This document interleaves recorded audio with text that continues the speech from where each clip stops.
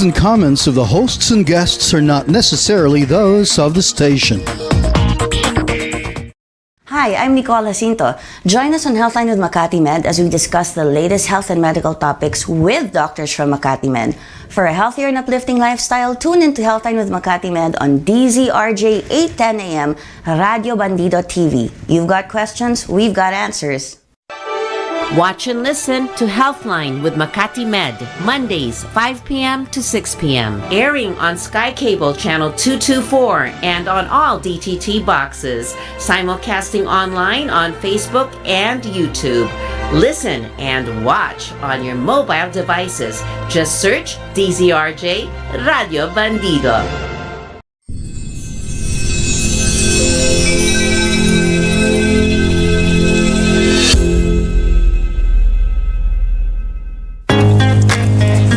You're about to experience Healthline, a show where doctors from 𝗏𝗏𝗵𝗏 interact with you for a healthy, uplifting lifestyle.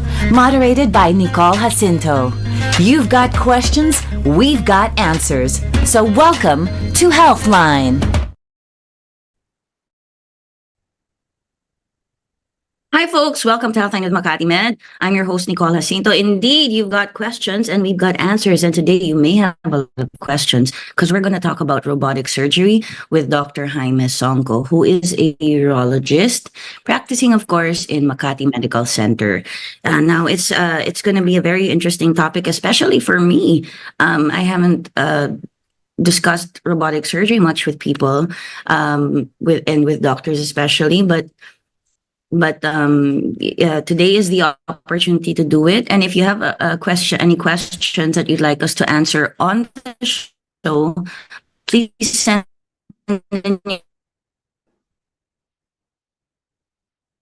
questions as we are doing the show so that we can get it, some technical stuff. Okay, so today we welcome to the show, Dr. 𝗂𝗃. How are you? Hi, good afternoon, and thank you for inviting us. Hi, Dr. 𝗂𝗃. Hi, good how are you? afternoon. For being on the show good. and for... I'm good. Thank Okay. you for inviting. Yeah. Okay, yes. Can you hear me? Yes, I can hear you. Okay. I can hear you Thank now. you. Thank you. Okay.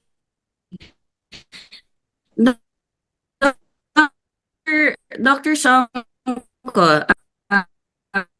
just very briefly, what exactly is robotic surgery? I understand it may also be called robot review on how it works. Oh, am I freezing? Hold on. Let me just... Yeah, you're breaking up. I'm losing you a bit. Hang on. Hi, RJ.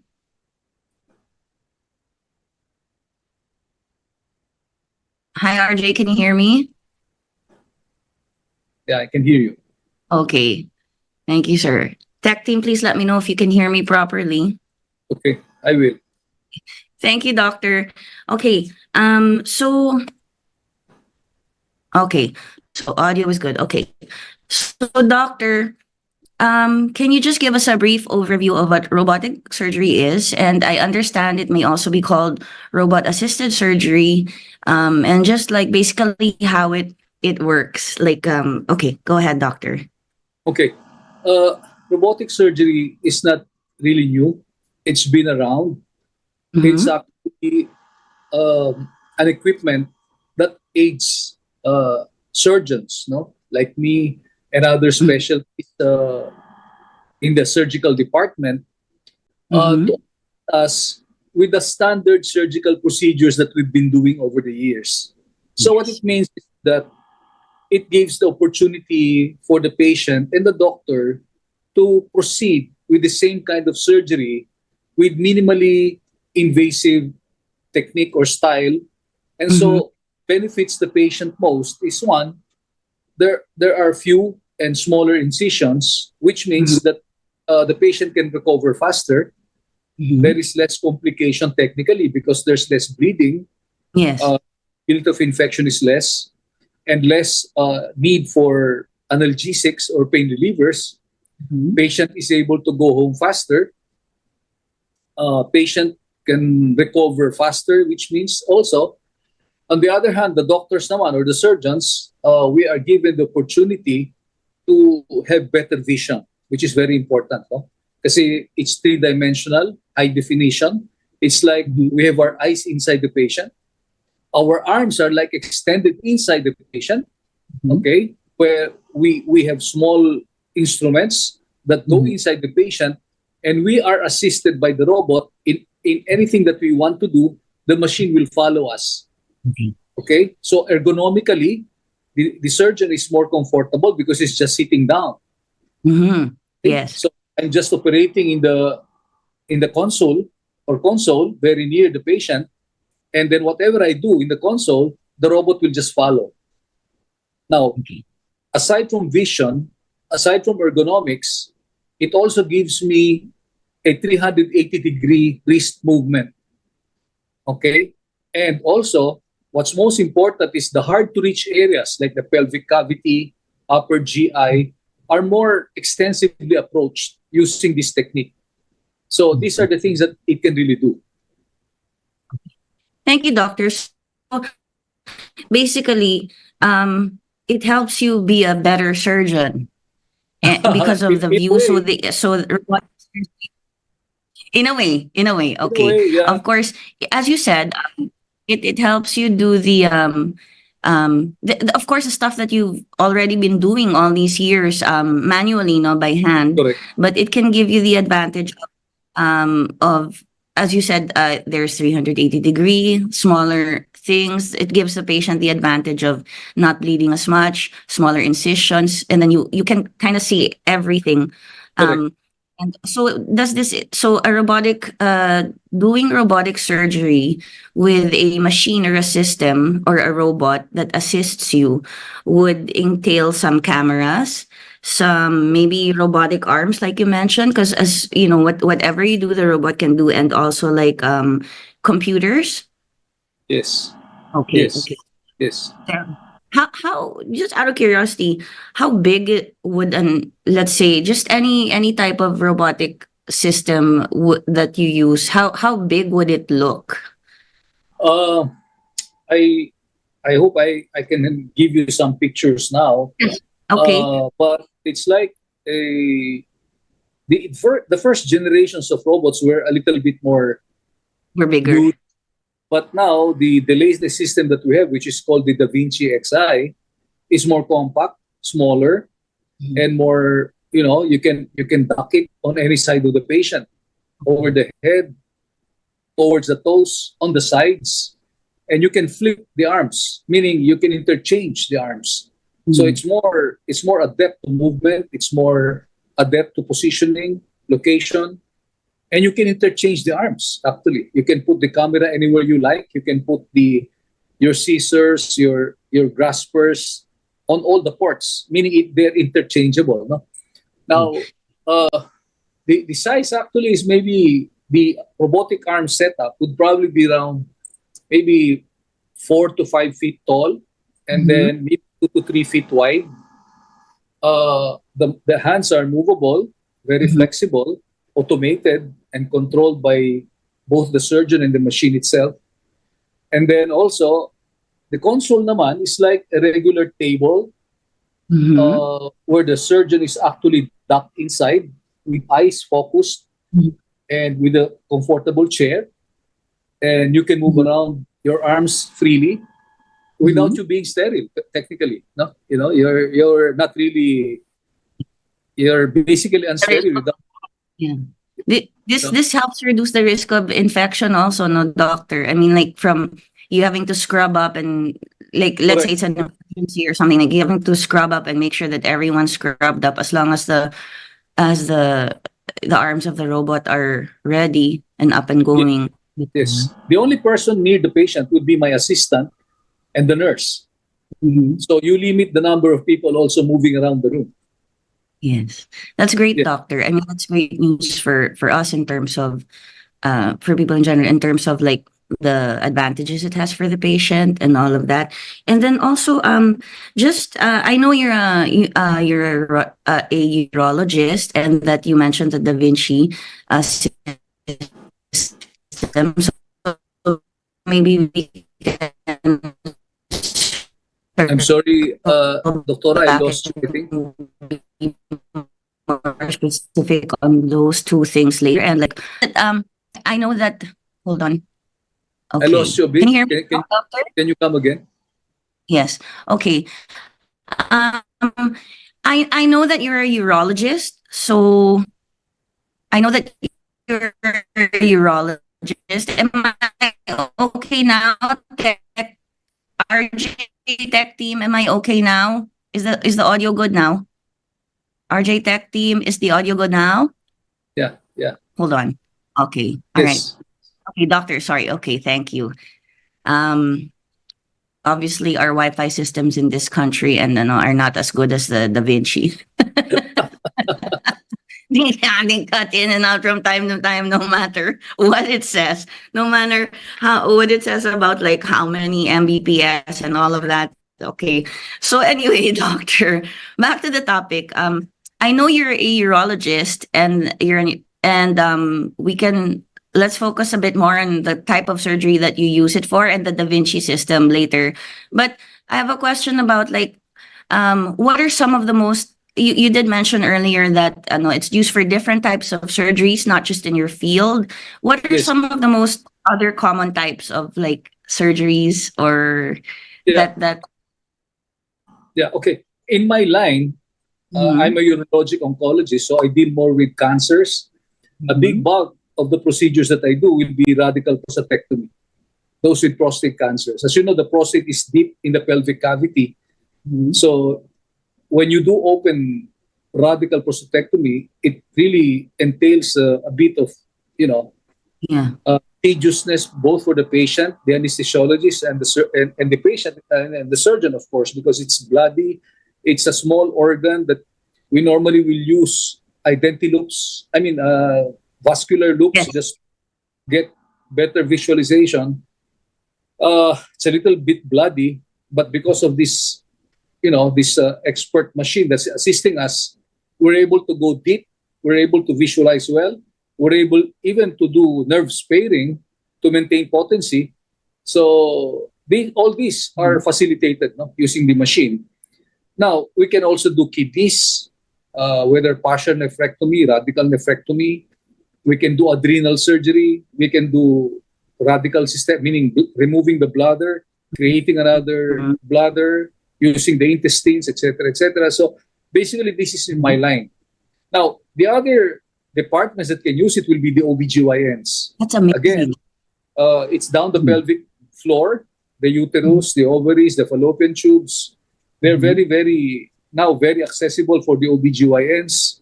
The colorectal guys, for colon resection, rectal tumors, they can now reach this rectal vault easily using the robot. We have the hepatobiliary surgeons for surgeries of the pancreas, for surgeries of the liver, the general surgeons for hiatal hernias, for complex hernias, for anything that will entail, stomach resection and so on and so forth. It can also be used for thoracic, like lung resection, or even for mitral valve replacement. So these are some of the things that can also be done. Now, I've seen also it being used, for thyroid. Thyroid, yes. Thyroid, it can be robotically, you can approach the thyroid, or even the tonsils.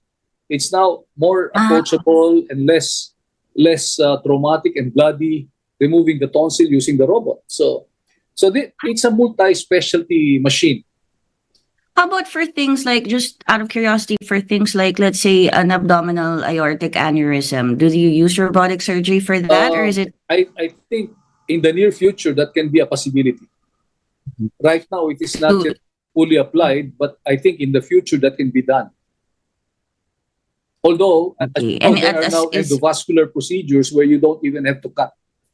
They go through the normal pathways of the vessels, and they can put a prosthesis through endovascular route without opening a patient. So I think that's another option that they can do.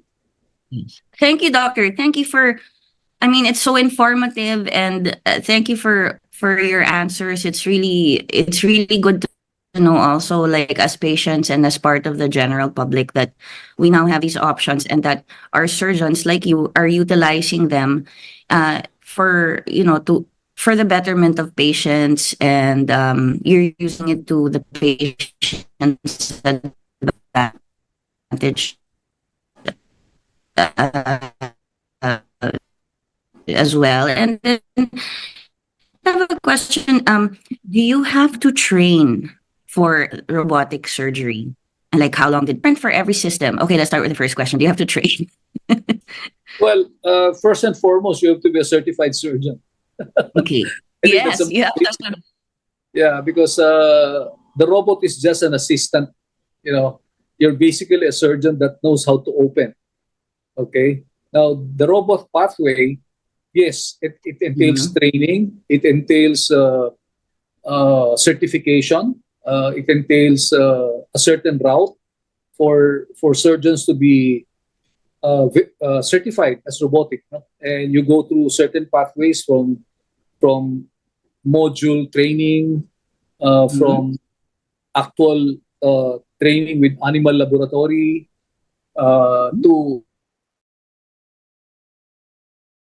an expert, robotic surgeon before you let go and be able to do it on your own. So there are some things that you have to really do, and to be certified. Yes. Thank you, doctor. We're showing pictures of some of the pictures that are available now, and I think they have to do with training and certification and about the systems. Now, when you use a certain system, do you need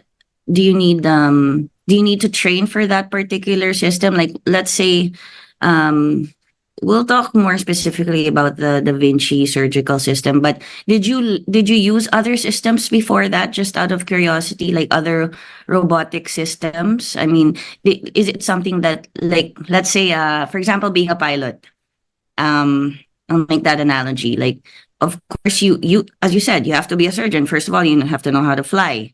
And then after that, you can train on, let's say, smaller planes, or, and then until you get your commercial pilot license, and then whatever it is. But there are certain planes that you kind of use more, or you have to train on them or have experience on them. Is it almost one and the same, applicable to every different system, or do you have to train for every specific system that comes along? That's a very good question, although a little bit, I don't know, hard to answer maybe. Yeah, okay, sorry. I started my robotic journey way back in 2006, I believe. It's still the second generation robot. I started to do it in Singapore. So over the years, since 2010, we have the 𝗛𝗵𝗁𝗍 SI. It is a very flexible, top-of-the-line machine at the time, up to basically this year, where the SI is about to be expired and end of life. And so the XI now is the one that has been released by the 𝗛𝗵𝗁 company. Now, mind you, there are other robots that came around. I put hands on them yet, but not really with patient care. There are machines made in Korea, and now there's a machine coming out from India. I don't want to be appearing biased, because the 𝗛𝗵𝗁𝗍 is really top of the line, probably the Mercedes of the robots. Okay, but as we speak, there are more robot designs coming out from Japan, from other countries, and who knows, in the near future, we might have other machines that will come up. And like what you said, I guess we just have to be accustomed with the use of these machines. I'm not sure, though, with their certifying body or anything like that, because right now the 𝗛𝗵𝗁𝗍 itself, which is produced by Intuitive Company of the United States, is the one certifying us as surgeons. Mhm. It's Okay. not our society, it's not our hospital, but it's basically this company that gives us the certification that we're able to use their machines. And that makes it more objective too, right, doctor? I mean, because of course, if it's, yeah, I mean, the hospital acquires the machine, but there's a third body or a third organization that makes it. They also have to, before they bestow you with the certification, they make sure that you know how to use it. Yes. Well, Okay. that could be correct too. Yeah. Yes. And then they also I guess it's like any other thing. If you want to, you mentioned that this is now the robot that's coming out. The first one was the 𝗛𝗵𝗁𝗍 SI, now it's XI. If there are any updates, I'm sure that you learn, and you just have to update yourself. I mean, not as a surgeon, but as for the use of the machine, which is Yeah. like what everyone goes through with their phones all the time. Their own Exactly. computers and of that. In fact, Okay. we had to, Doctor, when we had to get back, undergo I'll ask you. You had to what? Sorry, doctor. You had to? well, like what you said, we had to undergo retraining for this new machine. From the SI, we were retrained and refreshed with regards to the equipment, the XI. What can it do? What can it offer? Some of the changes that came into play. We were all rehashed about this. If only I could do that to myself in terms of my computer and my phone. Okay. All right, doctor. Doctor, we just have to take a short break. But when we get back, let's talk more about the 𝗛𝗵𝗁𝗍 surgical system and other types of and more of like more specifically how you use it, what exactly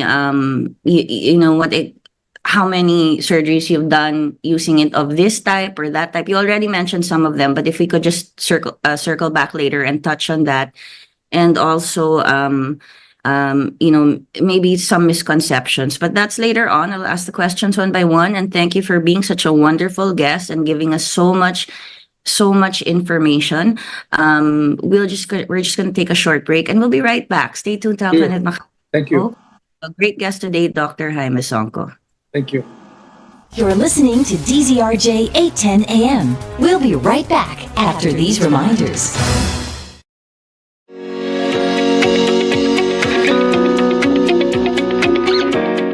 Hi, this is Dr. Jacinto from Makati Medical Center, and I'm happy to share that our world-class quality healthcare with the heart is now more accessible and affordable at Makati Med Care Access, Araneta City. What's more, Makati Med Care Access is the only single-use hemodialysis center in Araneta City.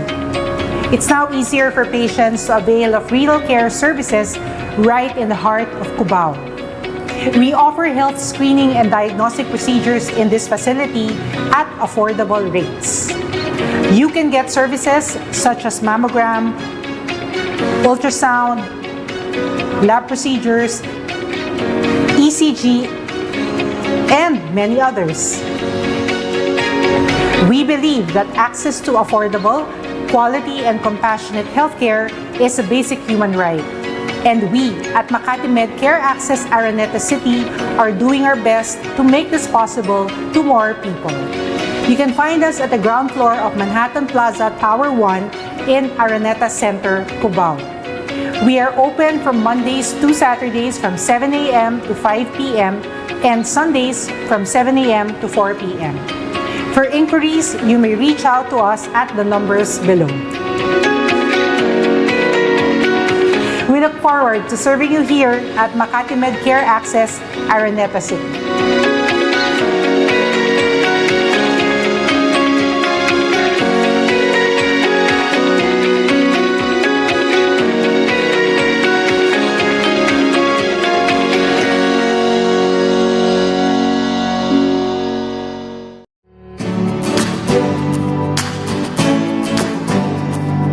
Hi, this is Dr. Jacinto and welcome to Makati Med Wellness Center. Located at Ayala North Exchange, the Makati Med Wellness Center is a warm and comfortable state-of-the-art lifestyle center where executive checkups and services that address holistic patient care and wellness can be done. We have a skin and laser hub, diagnostic imaging, health screening, mind and wellness care, and physical medicine and rehabilitation. The Wellness Center is equipped with modern facilities and staffed with competent healthcare professionals who are committed to deliver premium, personalized, and easy access healthcare services for both adult and pediatric patients alike. This is a great place to prioritize your health and well-being without having to be at the hospital setting. We are open from Monday to Saturday at 7 a.m. to 5 p.m. at the 7th floor of Ayala North Exchange, Tower 1 in Makati City. It is also accessible from the Makati Med Hospital through a bridgeway to Ayala North Exchange. For inquiries, you may reach us at these numbers. We look forward to serving you here at Makati Med Wellness Center.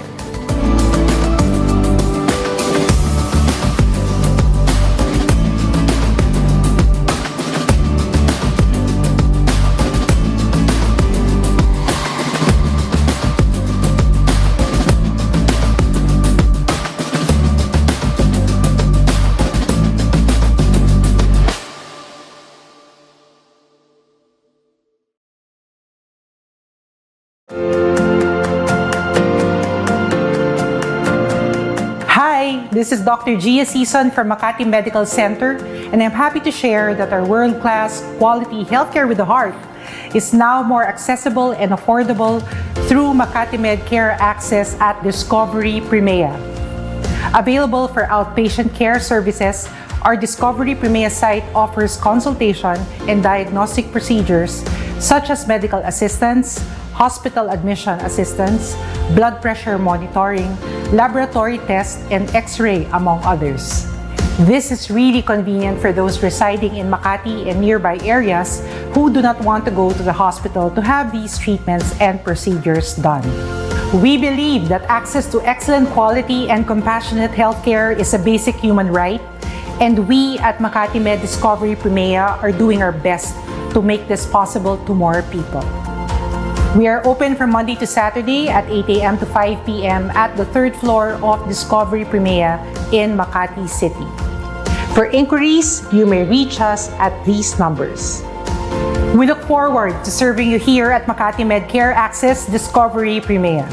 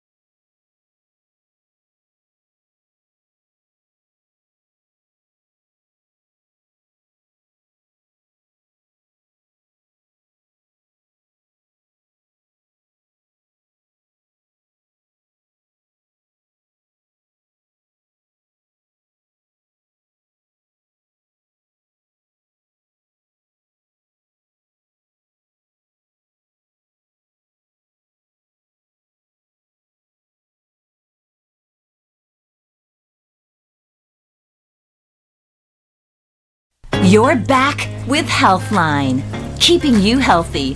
Moderated by Nicole Jacinto. Okay, welcome back to Healthline with Makati Med. I'm your host, Nicole Jacinto. We're here with Dr. 𝗂𝗓𝗄𝗏. He is a urologist and he uses robotic surgery for his surgeries in Makati Med. So he uses the Da Vinci System XI, which is the latest system. And that's obviously Makati Med has that system in its hospital, so that is good news for those who need to get surgery, and especially in terms of their urology surgery that has to do with the field of urology. And as Dr. Sonko mentioned earlier, he's seen it used also for other issues like the OBGYNs and all that. So doctor, we played some pictures of the robotic surgery, but we can do that again later, RJ Tech, as we're conversing when the moment is right. Doctor, you did mention the key benefits of the system for patients and for the surgeons as well. And I just like to highlight, and please correct me if I'm wrong, that the benefits for the patient are the incision is more precise, there's less loss of blood, the imagery and all that is better with the cameras that you use. Of course, the surgeon is still in control. And I want to highlight one thing that you said, that the surgeon is in like another, not right beside the patient, actually standing up and performing the surgery, but sitting down in a comfortable chair. Now that's good for surgeons, but I'd also like patients to understand that it's also probably good for the patient, because if your surgeon is less prone to exhaustion. Of course, we all know it can be exhausting standing up. I mean, your surgeons are like Dr. Sonko, who I'm sure has been doing so many surgeries like manually by hand.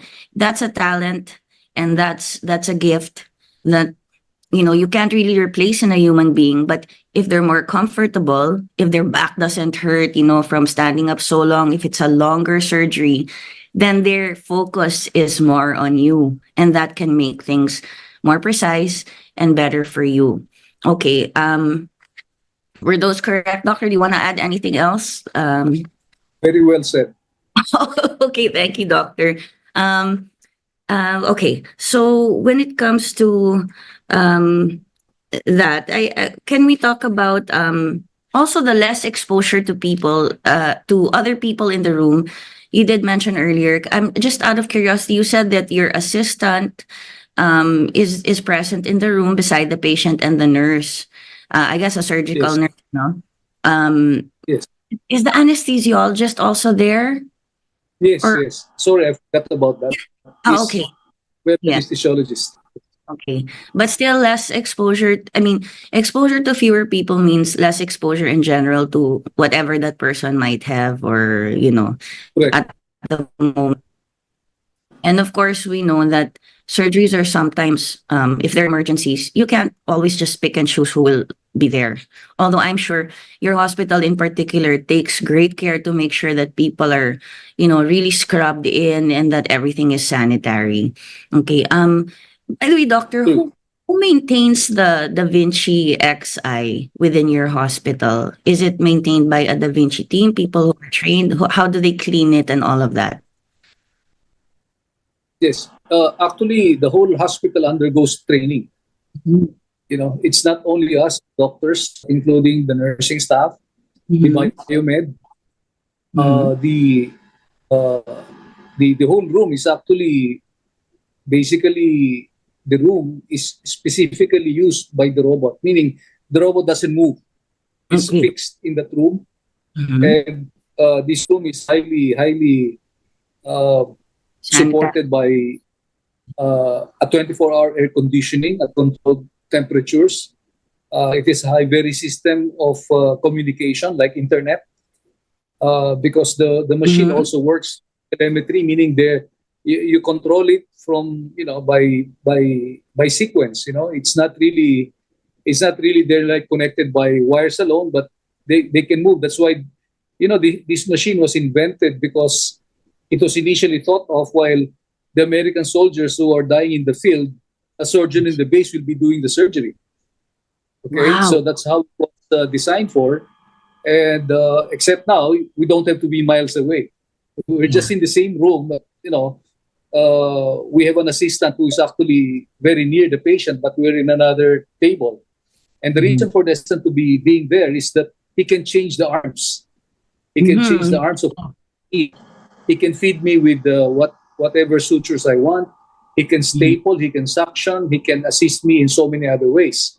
So instead of so many hands inside, we have actually like 4 to 5 hands moving in and out, but with only 2 people. Yes, that's great, So, doctor. I mean, you know, yeah, what you mentioned I is like lost you. shows with. Sorry, I lost you. Oh, sorry. All right. Am I okay now? Can you come again? Yeah, I can hear you. Yes. Am I okay now? Okay. Yeah. So it's like, for the general public like us, when we watch doctor shows, right? And then there are like so many people surrounding the table, and there's like scalpel. I need the this, I need the that, and the this, and the suture, the suction, because you need to suck out the blood. You can utilize that, as you said, with the Da Vinci, like there are arms doing that. And Yes, and I can communicate. I can communicate with my assistant because it's supplied with the proper sound system. Whatever I say, it's magnified on the table, so they hear me well and clear. Yes, and then I'd like to highlight what you said about how in your hospital it's in one room, the robot doesn't move, and that room is controlled with temperature and all that, because we in the broadcasting system, broadcasting industry know that temperature is very important to maintain your equipment. It has to be air conditioned all the time, because if it's too hot, blah, blah, blah, all of these things. And it's so interesting that you gave us that fact that it was originally made to work on American soldiers who are dying, while the surgeon could work on it from a distance, from afar. But now you're actually just in the same place, but you're utilizing that. That's great, doctor. Out of curiosity, again, just since you gave us some good trivia and knowledge, not really trivia, it's actually good to know what you're using and how it came about, the origins of a system or a machine or anything like that.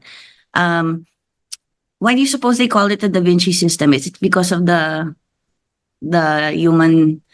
I mean, this is speculation for us. My God, I forgot what it's called. I know that the painting or drawing of Da Vinci of the human with many arms, and of course Da Vinci is the Renaissance man, and Yes. invented things ahead of time. So okay, I will not ask you to speculate. I'm the one who speculated. Okay, doctor. When it comes, can we talk about patient recovery time when it comes to robotic surgery as opposed to traditional surgery? Well, that's a very good question again. As I mentioned earlier, because of less incision, less possibility of trauma to the tissues, less blood or less bloody, patients are able to go home earlier. In fact, from 1 to 3 days, patient can go home after a major procedure, which normally in open surgery, you cannot do that. Patient may stay a week or so. So again, this is one of the distinct advantages of this equipment. Right. Sorry, I lost my... Okay. I don't know why I'm looking at house stuff. Okay. Doctor, what types of urological conditions are particularly well suited to the use of robotic surgery and the Da Vinci Xi system in particular? Well, I know you mentioned again, some of them earlier, but... Yes, a big bulk of our procedures are the prostate. Okay. Very, very accustomed to doing that because the prostate is a very hard to reach organ. It's way below down the pelvic cavity, almost sitting below the pubic bone. And it's a tiny cavity where you can work on. So the design of the robot is really good for urologic conditions like the prostate, the bladder. But of course, you can move upward, middle of the abdomen, like the kidneys. You can remove part of the kidney, like partial nephrectomy, with clamping of the vessels, etc., and less bloody, and repair could be faster. And patient again can recover and go home after a few days. Okay, doctor, you mentioned earlier that when it comes to the prostate, it can be bloody, it's difficult to reach. And you mentioned something about nerves, no? Does the robotic surgery help with the nerves so that the patient can still, it ensures more that the patient can still get erections? Yeah. That's a very good question. For early stage tumors, where basically it's confined within the prostate, and the patient is young and he wants to maintain his ability to have sexual activity, this is a very good approach because we can still do nerve sparing. But in other cases where it's a little bit more advanced or potentially moderately advanced, where we cannot spare the nerves, unfortunately, we cannot sacrifice oncologic control. So our first goal is to cure. Second goal is to maintain function. So the trifecta, as we call it, is oncologic control, maintain continence, and sexual potency. So for the prostate, those are our trifecta that we need to follow. But again, it will depend on the patient's stage and the grade of the tumor. So these are conditions that we have to explain before surgery, before embarking on the procedure, so that the patient's expectations are met. Yes. Well, you are just following what you should as a doctor, as a surgeon. You have to make sure the patient survives and remove that tumor if it's, and if you can save the rest of the functions, as you said, continence, and also then if it really is, I guess it's a case-to-case basis on individuals, and then maintaining erections or getting erections, then that's it. But thank you for saying that you have to explain to the patient and manage their expectations, because of course it's very important. So also for the patient's recovery in terms of I don't know, perhaps like psychological recovery and all of that. Doctor, what do you find are the misconceptions or concerns that patients or people in general have about robotic surgery? Well, I think the first major misconception is that the doctors have been replaced by the machine. I think that's the main issue that bothers patients because, a machine touching you, doing it for them, and, they don't trust the machine. They trust their doctor. So events like this gives us the opportunity to explain that it's not the machine that does the surgery, but us. Okay? It's still us. It's still the same surgery that we do, but we are assisted by good equipment. So I think that's the major thing that we have to understand. Other than that, it's not like AI, hey, do this, and the machine does everything for us. No, it's not like that. Not like that. Yeah, I was going to ask you if there's AI involved in the machine. Okay, because that would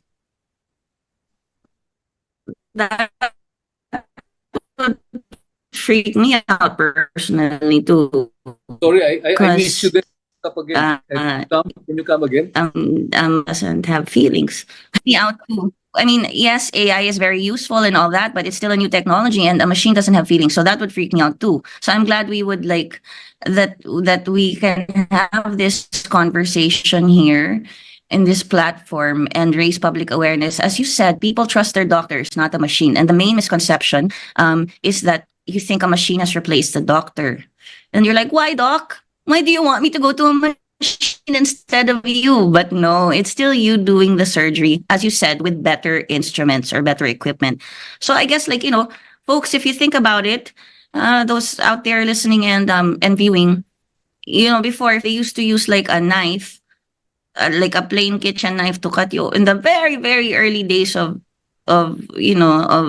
I guess what we would term as surgery or whatever. All the instruments have become better. Like there's a certain pair of scissors to do this incision. There's a famous scalpel.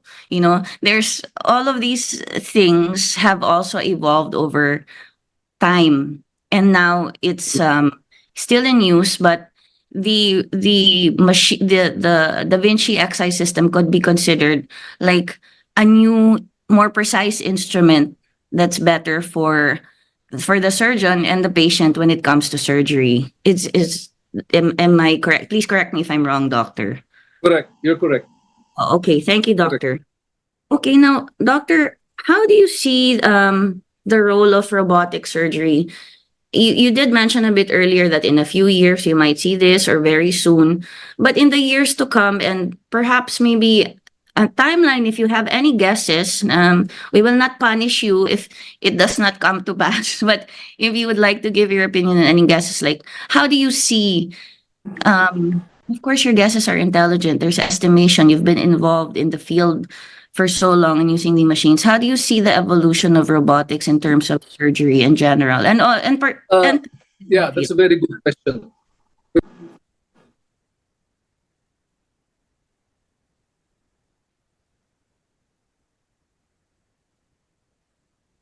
Hello, Okay. can you hear me? Yes, I Yeah. can, doctor. Thank you. Very recently, because of the advent of this XI machine, Mhm. before the older version, which is the SI, when we dock the robot, we actually push the machine towards the patient. Okay, we push it literally and figuratively, really like pushing a motor all the way to the patient, and we watch the machine align with the abdomen or where we place the ports, as we call them, and then stop, and then we attach the machine ourselves. This time around, the XI, you just push a button and it moves on its own towards the patient and docks by itself. Okay, so this is already one significant improvement. It became smaller, became more compact, and now you just push a button, it goes like, it's like a homing sensor, it goes home.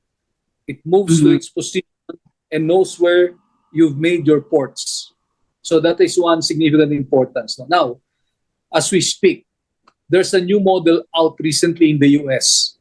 I don't know if it's commercially available already, but now we call it with haptics. Okay, so when you use the machine, you don't have the tactile sensation, meaning hindi mo nararamdaman yung tao sa loob eh. That's why you have to develop a certain acumen, a certain experience and expertise to determine how you feel organs, how you feel tissues.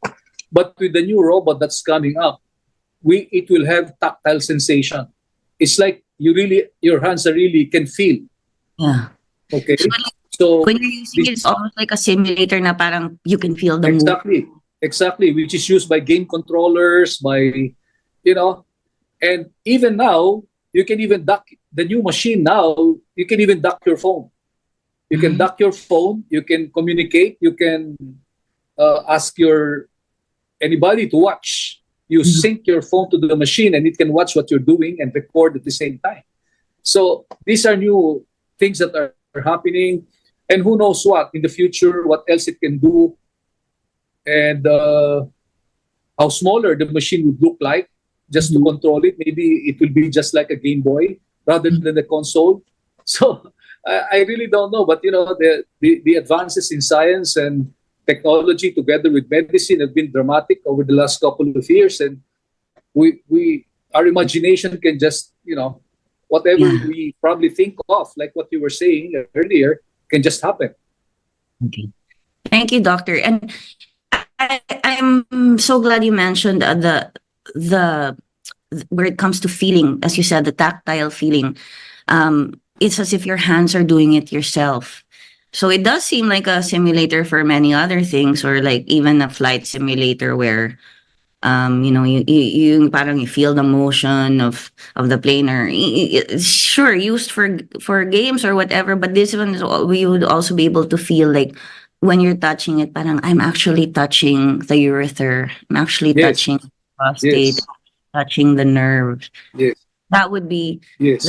that's so amazing. And I guess for surgeons also like yourself, that would be even cooler. I mean, because you're used to feeling it with your own hands, right? And I then hope still during my time, I hope. yes, of course. No, I hope so too. I mean, the sooner the better, as long as it works. Okay. So doctor, thank you for giving us all this information about how about the accessibility? Do you think it will be, you mentioned earlier that it will not, you don't know if it's available yet to the public, but especially in a country like ours where we're not a first world country. How do you see though the Yeah. availability and accessibility to You know, technology?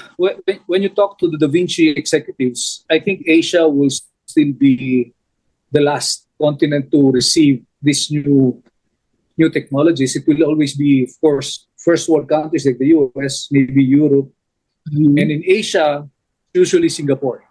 Yes. It's usually Singapore, Japan, and Korea who gets first-hand, advancement. Then maybe the ASEAN countries will be the last to maybe receive such developments. But of course, if you attend conferences and conventions elsewhere, you'll be able to experience this offhand.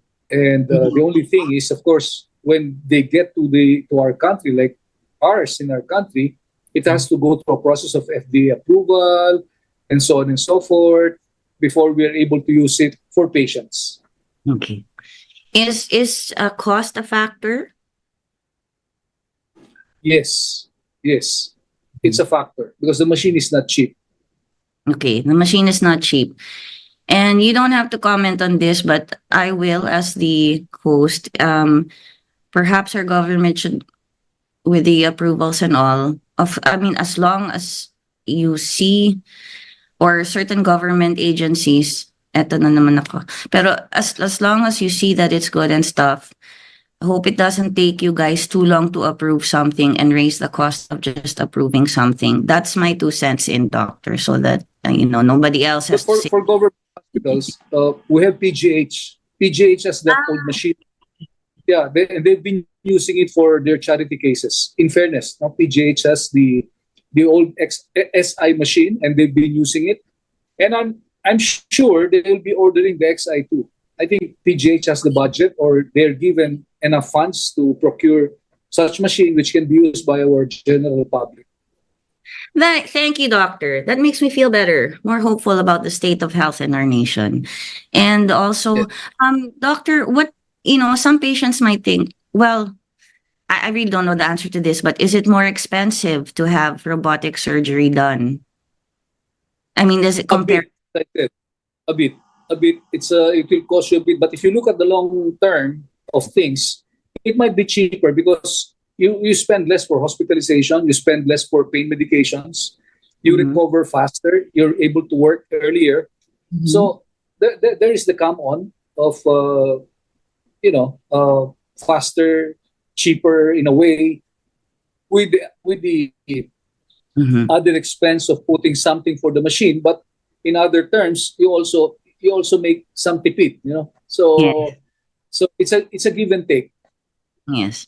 And I mean, if you can afford it, then you shouldn't, I believe you shouldn't scrimp on your own health if you can afford it. But of course, affording it is another factor. But thank you for clearing that up for us and addressing it so, how do you say, frankly, Okay, doctor, is there any advice? I'm told, we have some minutes left. Is there any advice or anything you'd like to say to patients who are still hesitant about robotic surgery, or any of who are still laid up with these misconceptions in their head? Is there any advice you'd like to give them, or encouragement, or anything at all you'd like to say? Just blanket statements. The floor is yours. Well, I guess the most important thing, if you are a candidate for any surgical procedure, maybe the best thing is to approach your doctor, your local doctor, and talk to them about, what can be done.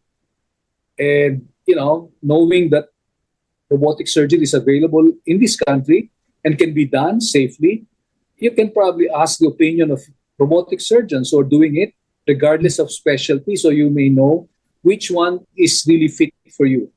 Is it really robotic surgery, open surgery, or a combination, or what? So I think this is the most important thing that you can do, so that you can be empowered, you can be, educated, and your doctor can explain to you better the benefits and what have you. And I guess like in my line, I can explain to you better whether it's the prostate, the kidney, the bladder, etc. And so are the other specialties like OBGYNs, general surgeons, colorectal surgeons, hepatobiliary surgeons, name it. They can discuss it with you safely, and you can learn more from it. Thank you, doctor. Out of curiosity, do they ever use robotic surgery for like adhesions? Like when your small intestine, would you know, like when your small intestines stick to each other and they have to remove part of it? Just out of curiosity. Actually, that can be done, but you've had to first make a small incision so that you can be able to put in the camera and visualize what's going on inside. Yeah, because that would,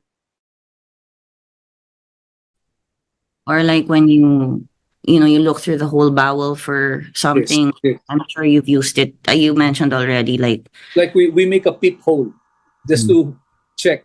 Can we dock the robot safely? Can we do this robotically? If not, we stop and we do a standard open procedure. But if we can do it safely and dock the robot, then you're lucky. and that's why you gotta be a surgeon first, as you said. And that's also good news for the patients. Like, okay, we don't just let anybody come in here. Like Nicole will not just walk in here and touch that thing. No, it's you really have to be a surgeon first with the experience, like Dr. 𝗂𝗵𝗶𝗁𝗍 here. Doctor, thank you so much for your time, for sharing your time, your knowledge, your energy, your enthusiasm. Thank you for the effort of coming out on the show. I'm sure this show is one thing that people will want to watch and rewatch. And please do so. Go ahead so that you learn more from Dr. 𝗠𝗸 and people like him who are experienced with robotic surgery, and that you know that you're going to your doctor and not consulting a robot. So we can get rid of our misconceptions. Okay, thank you so much, doctor. Would you like to say hi to anyone before we go, or just greet anyone? And No, just want to thank you for the opportunity to explain our side and make the public learn of what is available medically. So there's some good news though. So yeah, so that's all I can there's say. some good news. Some good news. Thank you, doctor. It's my pleasure to have you on the show. Please do return for more, any interesting topics, or if anything comes up. Hey, you did this first robotic surgery on this kind of case. Please do let us know. You can come with a couple of other guests and talk a couple of other surgeons that if you guys worked on it together, whatever it is, it will be so interesting for people to know. And I'd be especially interested. Thank you for your time today, doctor. Thanks for watching, folks. You just heard from Dr. 𝗂𝗵𝗶𝗁𝗍 of Makati Medical Center. He's a urologist and an oncology. Is that your subspecialty? Or Yes. Okay. So guys, you know where to go and who to go to. Okay. So thank you very much. We'll see you again next week on Healthline with Makati Med. Take care. Till then, take care. Bye, doctor. Thank you. Thank you for tuning in to Healthline with expert doctors from Makati Med, giving you the chance to interact, uplifting your lifestyle. Moderated by Nicole Jacinto. Tune in again next week for your weekly dose of Healthline. The views and comments of the hosts and guests are not necessarily those of the station.